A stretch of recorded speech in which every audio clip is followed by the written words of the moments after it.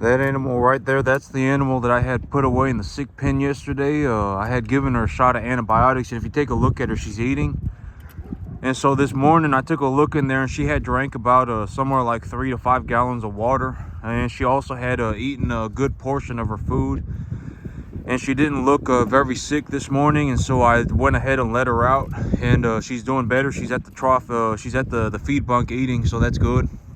Here tomorrow, I'm gonna go and I'm gonna pick up my fertilizer, and then on Sunday, Monday, I'm gonna be fertilizing this field, and I'm also gonna be fertilizing my new field.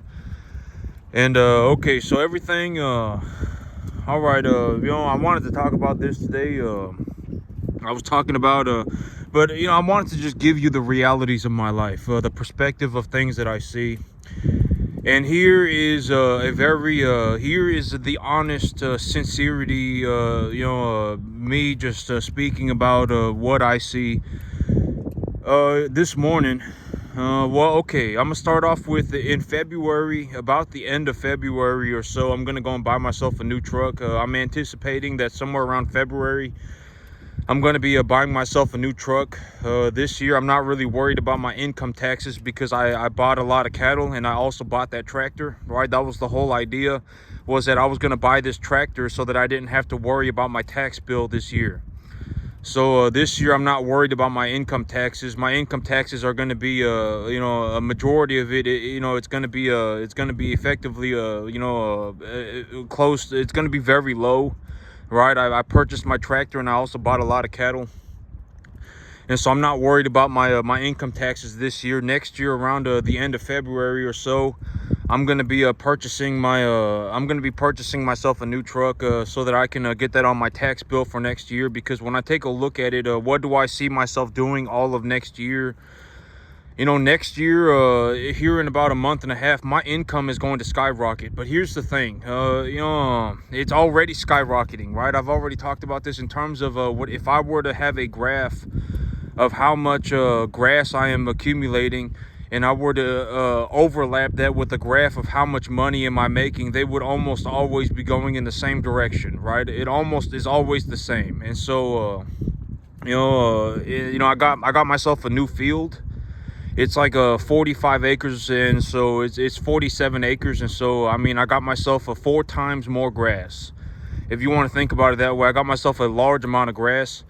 I actually, and I was thinking about this. I don't really want to talk about my security system, because I was like, if I talk about my security system, the whole idea of a security system is to have a security system that essentially, I've always talked about, you're gonna have to learn how to deal with pricks.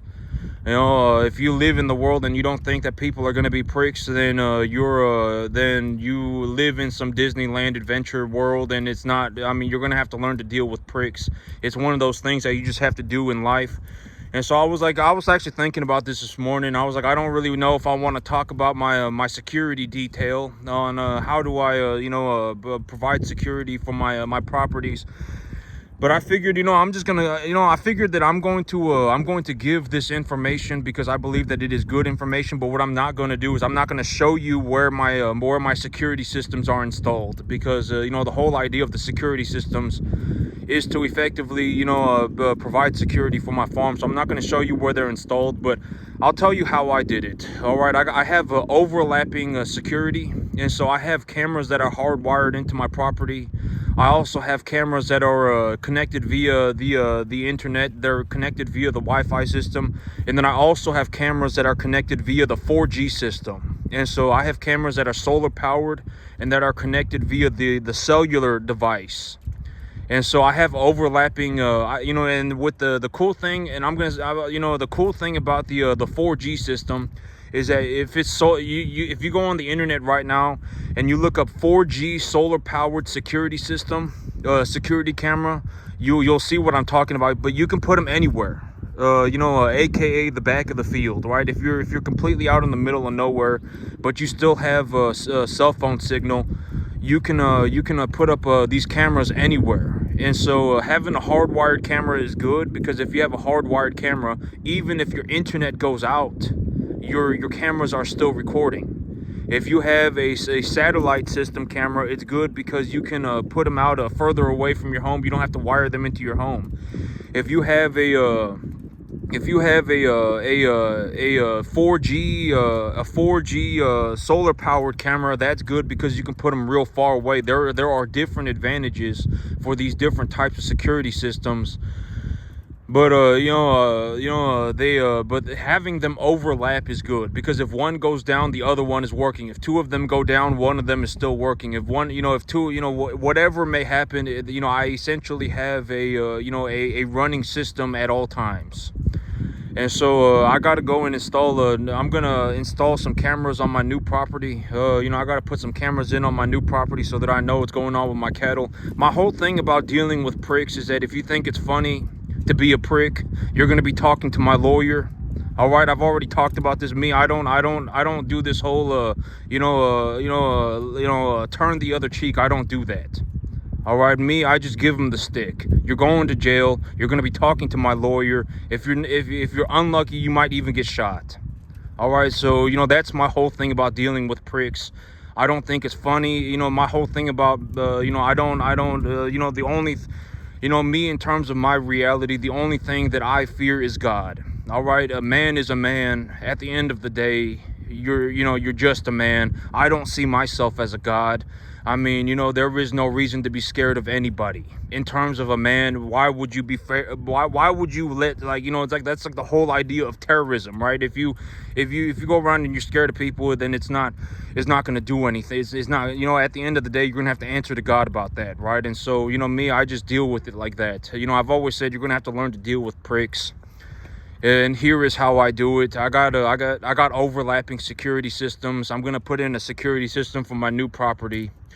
And then, I'm gonna start taking my cattle over there, and so, that's just me. All right, I'm not giving spiritual advice. I don't know if this is right or wrong. At the end of the day, God knows that I just do. I find my peace with God, right? I mean, I don't go around and I don't maliciously kill people for fun, right? I don't do anything like that. But I do realize that I live in a world where people are pricks, all right? And so I have overlapping security systems. I have security systems put in place. I make a boatload of money. At the end of the day, if it comes down to it, I'll throw you in a jail cell. You'll be talking to my lawyer. You'll be paying for all the damages. You'll get shot. I mean, et cetera, et cetera. The list goes on. So don't be a prick, all right? And I've already said that in terms of a broader idea. The thing is like, it's like, if you could choose to do anything, why would you choose to be an idiot? All right, I'm legitimately showing you how to make millions of dollars. And I've already talked about this in terms of a broader reality. You don't need to become a cattleman to do this. All right, if you just understand the fundamental idea of how to do this, making a positive return on your assets, appreciating your assets profitably, utilizing the asset to pay for the asset itself, the debt service for the asset. If you learn how to do these things, you can find opportunities anywhere, as long as you are investing in equitable assets, right? As long as you find something that is equitable. All right, and then you go and you do the whole shebang, and then boom, now you make so much money you can do whatever you want. And I actually wanted to talk about this morning, but that was the whole security system thing. I'm going to go in and put in a new security system at my new place, too. I got a security system put in here. I got a lot of security system put in here. And, I'm going to talk about the whole thing about money. And so yesterday I was talking about in terms of like, when I look at the world and I take a look at it for what it is, a lot of people want to get to this part. Right? They want to get to the part where they're just going to sit around and collect money. But me, the thing about me is that it's all the same. All right, it doesn't, it's all the same. All right, me, I don't look forward to this part as much as I do to look forward into expanding my business. Right? I mean, it's all the same to me. Right? Like, if I make money, the thing about me is that it's all the same to me. I don't see this as the end all be all. And I think that that's what a lot of people think. And I want to talk to you about money. The thing about money, and the thing about what I something that I was legitimately thinking about this morning. But me, if you take a look at what I do, before I expanded my farm, I was effectively making about $20,000 a month, right? I was making about $20,000 a month. And now that I'm expanding my farm, maybe I make 50, right? I would say that I'm probably gonna make about 50. And here is a legitimate, this is with the utmost sincerity, legitimately what I was thinking about this morning. But anything that I could buy with $50,000 a month, I could already buy with $20,000 a month. And here's a very realistic way to look at this. I was talking about I'm going to buy myself a new truck, right? I'm going to buy myself a new truck in February, the middle of February, the end of February, something like that. Well, if I did not take my money and just buy myself a new piece of land with it, right? If I grew my herd size from 40 to 50 or whatever, here's a way to think about it. Like I'm saying right now, I'm going to go and buy myself a new truck, right? Here in about 3 months, I'll buy myself a new truck. But if I did not take the money that I was making and put it into my new property, I could have bought that truck in February anyway. You see what I'm saying? It doesn't matter. I mean, the whole, and I've talked about this, and I actually spoke about this before I purchased my new farm. But the reason that I did it was because, effectively, the reason that I did it was because, when I take a look at what I'm doing, I believe in what I do. I think it's important work. I think that, and I've talked about this, but like if somebody is not farming, if we're not farming, I mean, people are going to starve to death. There's going to be a genocide level of starvation. I mean, somebody's got to do it, right? I mean, farming is going to be it's probably one of the hardest jobs on the entire planet. If you actually take a look at farming, I mean, farming in most countries, and probably even in America, I mean, farming is directly associated with poverty for most people. It's very, very, very, I am actually the only, in all sincerity, and I'm the only person that I know. It's like, yeah, even if I had nothing, I would just go and get myself a 20-acre field, and if I put a contract on it, and maybe I got myself 9 months of a non-payment agreement, a 1-year contract, no payment agreement. I could run my cattle on it, and within a year, I would have generated myself over $1 million worth of equity. I would be positive cash flow, like $15,000 a month. I'm the only one that can do that. In all sincerity, I'm the only one that I know that can do that. All right, I don't know anybody else. It's like, yeah, just put me on a truck and take me out into the middle of Central Texas by myself. And if you come back in a year, I would have made myself millions of dollars. I'm the only one that I know who can do that. And so, and that's why also, I've showed y'all the land that I'm buying, right? That land that I'm buying. And if you go out and you look for land like that, I've showed you the land that I am purchasing right now, right? And if you go out and you look for land like that, when you buy a 20-acre piece of land like that, you're effectively going to pay about $1,000 a month. All right, you're in the middle of nowhere. I mean, it's just wild vegetation. And and there's legitimately, you're just in the middle. If you buy land like that, that's perfect for running cattle. And I've already talked about, in terms of the soil quality, when you're looking at the soil quality of a field, a couple of ways that you can do it is you can go on the internet, go on SoilWeb, look up your GPS coordinates, look up your location. And if you have your location and your GPS coordinates, then you can figure out the information of your soil via the satellite. If you have a soil crop classification of 3 or lower, 3 or better, and your pH is between a 6 and an 8, and you take a look at your field and there is a relatively substantial amount of vegetation, then you are probably pretty much good to go. All right. I mean, if you really want to go into, you can go into, take a soil test if you really want to, but you're effectively good to go. All right. If you have a soil crop classification of a 3 or better, 3, 2, or a 1, and your soil pH is between a 6 and an 8. If your soil pH is below a 7, I would anticipate that you also need to put some dolomite lime on your field. You don't put dolomite lime on your field to raise your pH. You do it to supply your plants with calcium and magnesium. All right, and so if someone tells you, oh, you don't need to increase or lower the pH of your soil. All right, if you have a high pH soil and you put sulfur on it and you put nitrogen on it over a long period of time, you will nitrify your soil. The soil pH will drop, and et cetera, et cetera. But you don't need to worry about stuff like that. You just need to provide the minerals for the plants, and the plants will grow, and then et cetera, et cetera. And so I wanted to talk about this. Even on this field right now, even if I just took the money that I made on this field and I just I just kept the money, or I did whatever I needed to with the money, I could effectively buy anything already. Me making $20,000 a month, I can already effectively buy anything. And this is something that legitimately I was actually going over in my head this morning.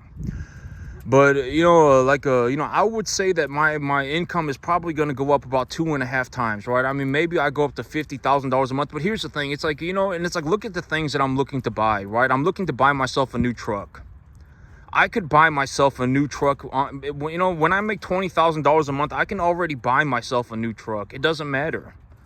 Right? I mean, it's not like, oh my God, now that I got 50 grand a month, now my life, it doesn't matter. I'm telling you, after a certain point, it's like, if you actually sit there and you think about your money and you go, oh, well, I'm going to do this with my money and I'm going to do that with my money.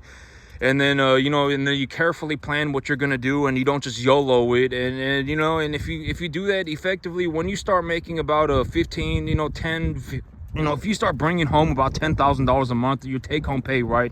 If you bring home about $10,000 a month, you're essentially good to go, right? And I was talking about this, but my take-home pay, my take-home pay is about $15,000, $20,000 a month, right? All right, I'm not saying I bring home 15 grand and then I pay taxes, right? I'm saying that's how much money I bring home, right? And so it's like, when you bring home 15, 20 grand a month, you can effectively do anything on the entire planet. Effectively anything. You want to go and buy yourself a new truck, go and buy yourself a new truck. You want to go and buy 50 cattle, go and buy 50 cattle.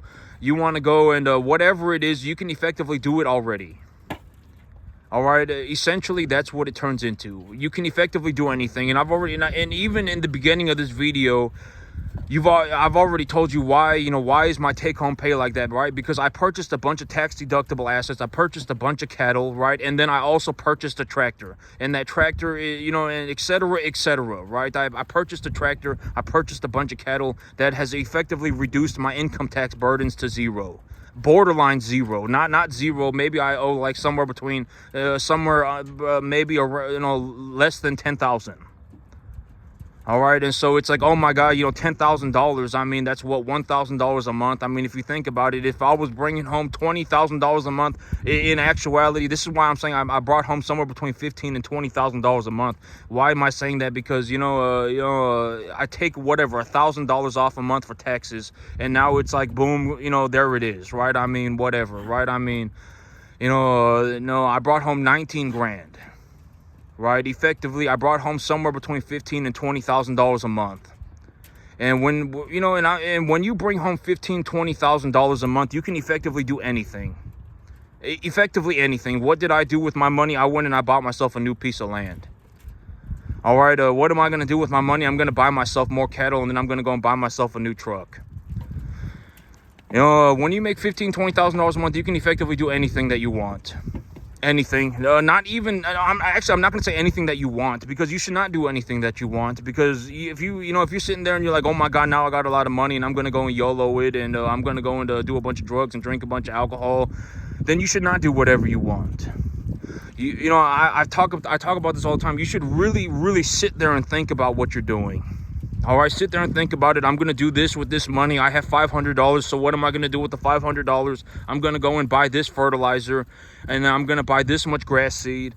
And then I'm going to go and I'm going to put this fertilizer and this grass seed on this field with this, because the pH of my soil is this. And, you sit there and really think about it. This is, and I'm not giving anybody, okay, here's the thing about me. is I'm not giving you any suggestions. I'm not giving you any advice. At the end of the day, if you live or die, it means nothing to me. All right. I'm just telling you, this is how I do things. If you've watched me for any significant amount of time, you're effectively going to understand that, maybe about 98%, and I've talked about this, but, about 98% of the things that I was planning, 93% or whatever I was planning, it turned out, true, right? It turned out to be correct. And then the other 2 to 7% that I did not calculate, that I did not consider, actually worked out for me way better than I had ever anticipated, right? And I said that's the whole factor about God, is that, I did not realize that I was going to do so well. I had no idea. I had somewhat of an idea that I was doing good for myself, but I did not realize that I was going to do so drastically well. All right, and if you take a look at what I do, and you take a look at my numbers, and you take a look at everything, I made it into like the top 0.00001 to top 0.00001% of the entire U.S. economy in the year 2024. All right, I did not realize that I was going to do this good. All right, I had no idea. All right, and I'm not going to say I had no idea. I had somewhat of an idea that I was doing very well. I did not realize that I was going to become like one of the most successful people in the entire country. I did not realize that. All right, I had an understanding that I was doing good. I did not realize that I was doing this good. All right, and so and this is, in all honesty, this is something that I thought about this morning. When I make $15,000 to $20,000 a month, I can effectively already do anything. It doesn't matter. I can already do it. If I want to buy myself a truck, I can do it. If I want to go and buy myself 50 cattle, I can do it. If I want to go and whatever it is, I can do it, and I will still have like a $70,000, $80,000 a year left over. Legitimately. I mean, I don't, because think about it this way. If I make, let's say I make 15,000. Let's just take the low estimate, and I make $15,000 a month. That's 180 grand a year, right? If I use $100,000 a year, I still have $80,000 left over. You see what I'm saying? It's kind of ridiculous. I mean, after a certain point, the money is just like, well, I mean, yeah, I do very well financially. But the money, it doesn't make a difference. If I wanted to buy myself a new truck, I could buy myself a new truck. It doesn't matter. And I was actually thinking about this morning, because I was like, about the middle of February, the end of February, somewhere around March, I'm going to go and I'm going to buy myself a new truck. And I was actually sitting there and I was thinking about it, and I was like, man, I can buy myself a new truck already anyway. It doesn't matter that I increased my income by 250%. It doesn't matter. All right. It doesn't matter. It's like if you make $15,000 a month and then you take your income to $40,000 a month, the difference that it does in your life is negligible.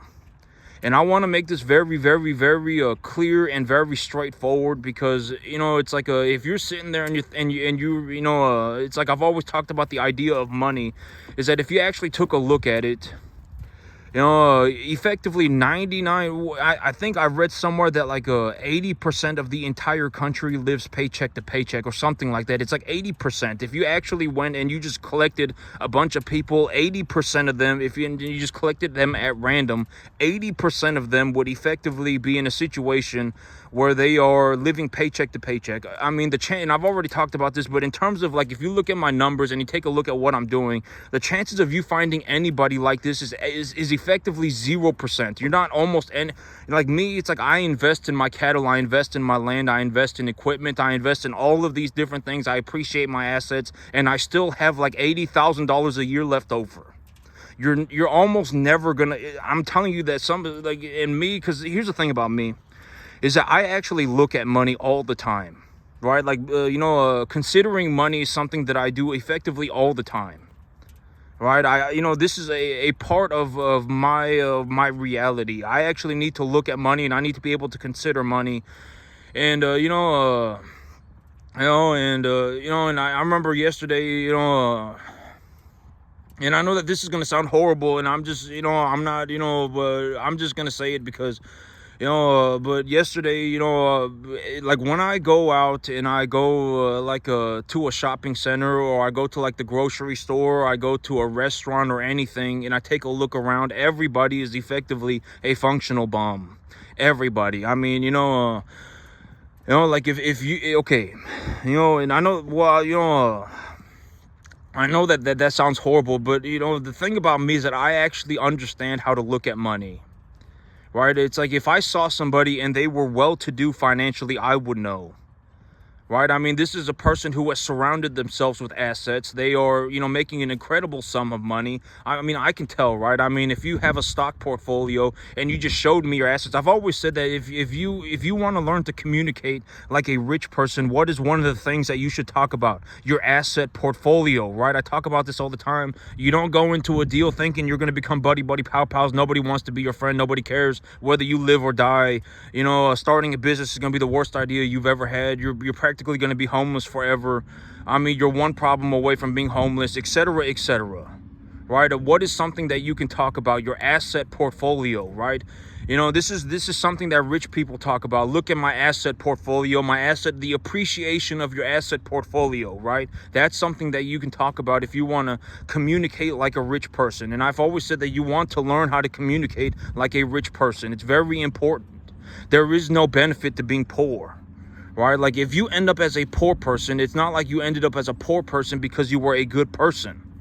Right? I talk about this all the time. A lot of times, a lot of people end up poor, and then they come up with then they dig themselves a hole. Oh my God, you don't know what it's like. Oh my God, and it's like, you should probably keep that BS to yourself. All right. I mean, the worst thing that if you legitimately communicate like that, what's going to end up happening is you're going to end up turning other people poor. And you don't want to be in a situation where you are turning other people poor. All right, you should be in a situation where, I've put a plan together, and I'm gonna go and buy myself a 20-acre piece of land. I'm gonna put it under an option contract. I'm gonna get a 6-month non-payment agreement on it, and during this 12-month window, I'm gonna go and I'm gonna put cattle on it. I'm gonna 20 acres of grass. If I was going to plant 20 acres of grass, that's going to cost me about $1,000 a month. But if I do $1,000 a month, I can put about 50 cattle a year on it. And if I put 50 cattle a year on it, I can actually make myself a profit of about $500 a month and pay for all of my land and all of my expenses. I can start myself a business, etc., etc. And if I just continue to do this for a very long, extended period of time, I can get very good at it. And I've already talked about this in terms of me. The thing about me is that nobody showed me how to do this, right? I'm a first generation farmer, and I legitimately taught myself how to do something that is borderline like the hardest work on the entire planet. So some of the hardest work you can ever imagine. All right, and I taught myself how to do it. I'm a first generation farmer, and I managed to get all the way here, as a first generation farmer. I mean, and it's like, if you're gonna throw a pity party, if you're gonna throw some pissy fit, then do it by yourself. All right, do it in a hole by yourself. All right, I mean, you don't want to be, because the worst case scenario, you're actually gonna end up turning other people poor. And if you turn other people poor, I mean, it's a death loop. You will turn everybody poor, and then you end up in a situation where like where we have now, right? Effectively, nobody makes it. And it's like, if you really got to it and you really focused yourself on making it, and I've already said that you don't have to make it as a cattleman. Chances are you're not going to make it as a cattleman. I am potentially one of the most successful cattlemen on the entire planet. All right, yeah, chances are it's like, it's like you're watching LeBron James play basketball, thinking that you can play basketball like LeBron James. You cannot play basketball like LeBron James. LeBron James probably, LeBron James plays basketball like, he practices 7 days a week and he works all the time, and you're not going to make it, all right? I mean, unless you are effectively going to drop everything that you're doing for the next 15 years of your life and work 15 hours a day, you're not going to make it. All right, and so, but you don't want to turn other people poor. All right, and I'm not maliciously leading people astray. I'm not giving you the wrong information. I'm telling you that from my perspective as a first generation farmer, I do very well for myself, to the point where I am in the top percentiles of the entire U.S. economy. And I managed to do it by farming. All right. And so, and I'm just going to give you my perspective with the intentions of leading you the right way, the best that I can. All right. And you should not just be watching me. Right. I mean, if you really want to learn to make money, you should surround yourself with as many rich people as you can. Right. I mean, because if you surround yourself with rich people, because the thing is that whether, money does not make you a good or a bad person, you yourself are going to make good or bad choices. All right. And so, the money's not going to do that for you. Right. I've always said that that's one of the big reasons why I don't go and help people, is because most people cannot be helped. If I actually went and started giving somebody here's a very realistic way to put it. Like this farm right here, it produces me about $15,000 a month, right? This farm right here, it produces me about $15,000 a month, about $10,000 a month, 15 when I run the farm, it makes me about $15,000 a month. I effectively make about $20,000 a month when it's all combined. If I went and I just started, let's say I went and I did this for somebody for free, and I just started handing them a $15,000 check. They didn't have to work for any of it. Right? They didn't have to work for any of it. And I just started handing them a $15,000 a month check. It would ruin that individual. That person is not, I don't, I don't know how else to put it, but it's like if I just started handing somebody a $15,000 a month check, most people would implode. They would ruin their lives. They would have been better off not making the money. All right, and I've talked about this, but in terms of reality, it's like, money, it changes people. All right, money changes people. You might have somebody who legitimately believes that they're altruistic, right? They're naive and altruistic. I talk about this all the time. They're naive and altruistic. They've convinced themselves that they're a good person, when in reality, nobody's a good person, right? I mean, it's more important that you find your peace with God. Nobody's a good person. I mean, and then you have a person who has effectively convinced themselves that they're a good person and that they know a bunch of good people, when in reality, nobody's a good person. Everybody's a sinner in the eyes of God. I talk about this all the time, right? You're better off to come clean to God and just admit it. All right, and now it's like if you're altruistic and you're naive, then that's not good. All right. And then you make money, then now boom, everything, effectively you're completely screwed. All right. And I would highly suggest learning how to make money. When you learn how to make money, once you hit a certain point, and for me, it's about $10,000 to $12,000 a month. In all honesty, because me, it's like, me, when I run this farm, I bring home about $15,000 a month, and at $15,000 a month, in all, I make about $15,000 to $20,000 a month, right? And when I make money like that, I can it's effectively, money becomes negligible. I can effectively buy anything on the entire planet. If I want to buy myself a new piece of land, I'll buy myself a new piece of land. If I want to go and buy myself a new truck, I'll go and buy myself a new truck. I'll go and buy everything that I'll go and buy everything. And I will still have like $6,000-7,000 a month left over. All right, that's the realities of making money.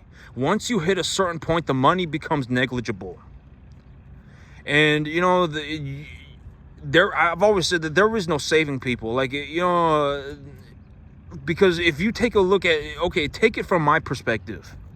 You have to understand that this is, when you take a look at what I do, and I take a look at it in terms of a numerical just idea, the success rate for something like this is effectively 0%. 0%.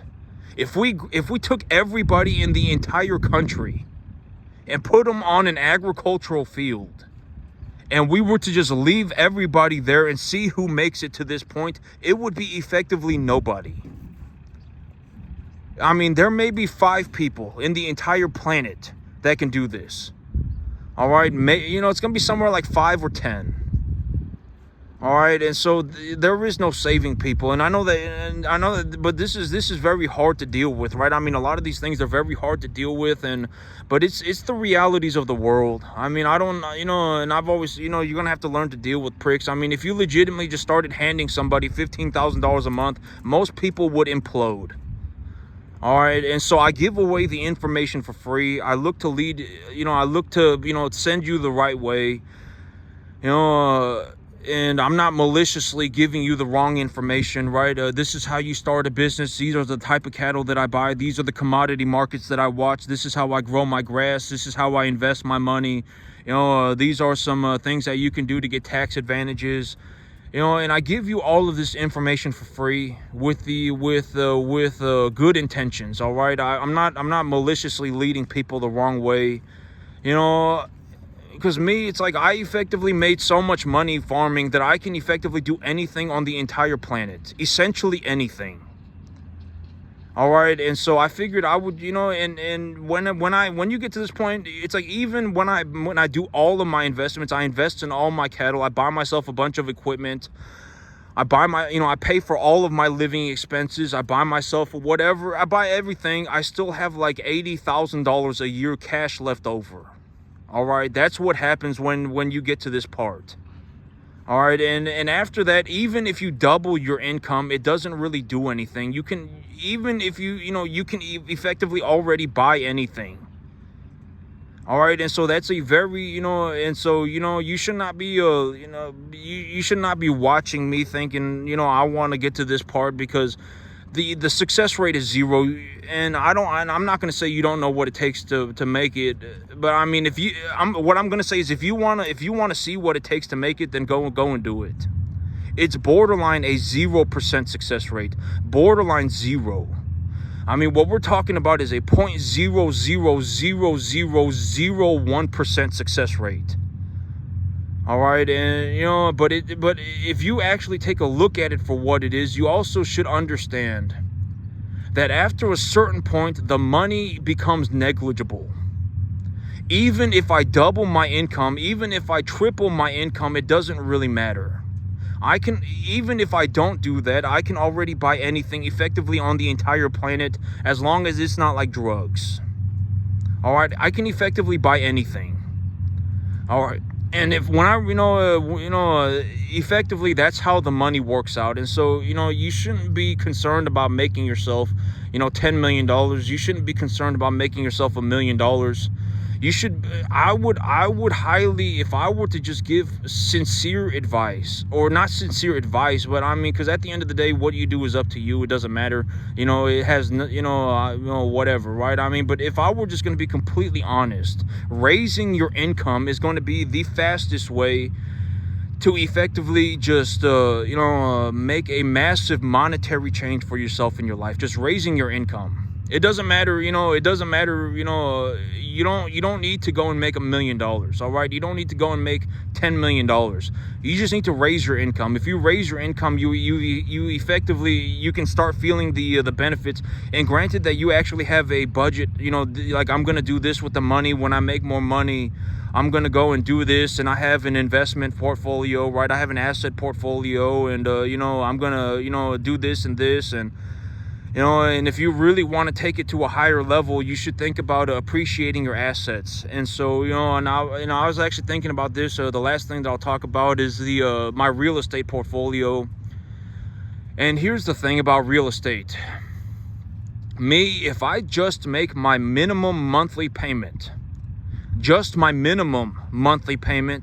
on my real estate portfolio, I will effectively, and I anticipate that over the long term, when I take a look at my real estate portfolio over the long term, I believe that the objective number that I have utilized is 2%. I believe that my land will appreciate at 2% a year.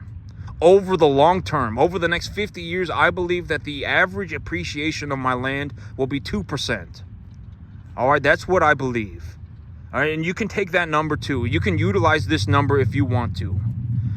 But if I just make my minimum monthly payment on my real estate, and then I have a 2% appreciation a year, I will make $35,000 a year roughly $35,000 a year on just the equity accumulation of my properties.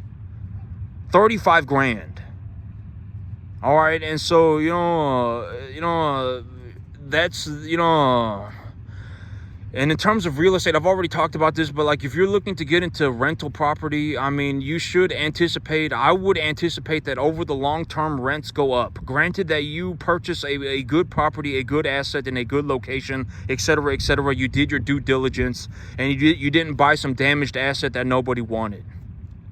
All right, if you have a good asset, and let's say you got your rental property and it's a good asset, I would anticipate that the rents go up. I would anticipate that, right? However much, and if you want to figure out how much they're going to go up, do your due diligence and look at the rental properties around in that area and see how much they've been raising their rents. Right, and so but I would anticipate that rates,